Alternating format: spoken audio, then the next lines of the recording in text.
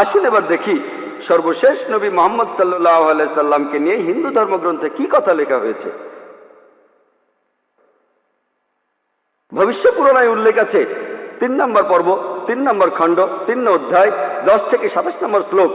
বলা হয়েছে যে ম্লেচ্ছরা তারা আরবের ভূমিকে অপবিত্র করেছে, আর্য ধর্মকে সেখানে খুঁজে পাওয়া যায় না। এখানে কিছু শত্রু ছিল যারা অতীতে পরাজিত হয়েছে, কিন্তু এখন আরো শক্তিশালী শত্রু উপস্থিত হয়েছে। আমি একজন মানুষকে পাঠাবো যার নাম হবে মুহাম্মদ সাল্লাল্লাহু আলাইহি সাল্লাম। তিনি এই শত্রুদের ধ্বংস করবেন আর মানুষকে সুপথে পরিচালিত করবেন। হে ভোজ রাজা, তুমি কখনোই সেখানে যাবে না যেখানে পিশাচদের রাজত্ব, কারণ আমি আমার করুণা দিয়ে তোমাদের হৃদয়কে পবিত্র করব।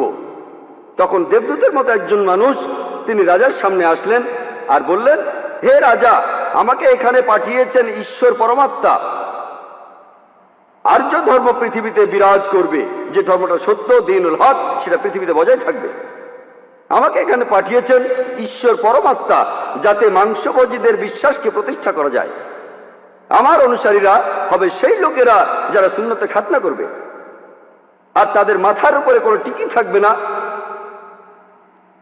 তারা একটা বিপ্লব তৈরি করবে, তারা মুখে দাড়ি রাখবে, তারা প্রার্থনার জন্য আহ্বান করবে, বিধিসম্মত সব খাবারই খাবে, তবে তারা শূকরের মাংস খাবে না। তারা লতাগুল্মের মাধ্যমে পবিত্র হবে না, বরং যুদ্ধ বিগ্রহের মাধ্যমে পবিত্র।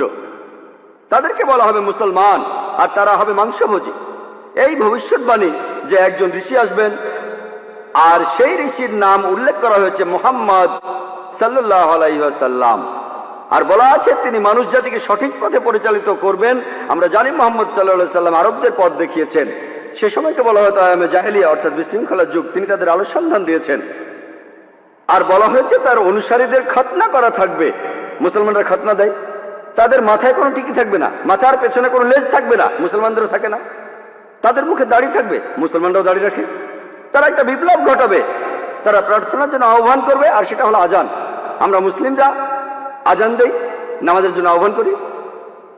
তারা সব বিধিসম্মত খাবার খাবে, কিন্তু শূকরের মাংস তারা ছোবে না। আমরা মুসলিমরা শূকরের মাংস খাই না। তারা লতাগুল্মের মাধ্যমে পবিত্র হবে না, তারা পবিত্র হবে যুদ্ধ বিগ্রহের মাধ্যমে। আর পবিত্রকরণে আমাদেরকে বলা হয়েছে সত্যের জন্য যুদ্ধ করব, অন্যায় অবিচারের বিরুদ্ধে। তাদেরকে বলা হবে মুসলমান, তারা হবে মাংসভোজী। ভবিষ্য পুরাণের এই ভবিষ্যৎবাণী একেবারে পরিষ্কারভাবে সর্বশেষ ও চূড়ান্ত নবী মুহাম্মদ সাল্লাল্লাহু আলাইহি সাল্লাম এবং তার অনুসারীদের কথা বলছে। মুহাম্মদ সাল্লাল্লাহু আলাইহি সাল্লামের নাম বিভিন্ন জায়গায় অনেকবার বলা হয়েছে, হাতে সময় নেই, সেজন্য ভবিষ্য পুরাণ থেকে কয়েকটা উদাহরণ দিচ্ছি।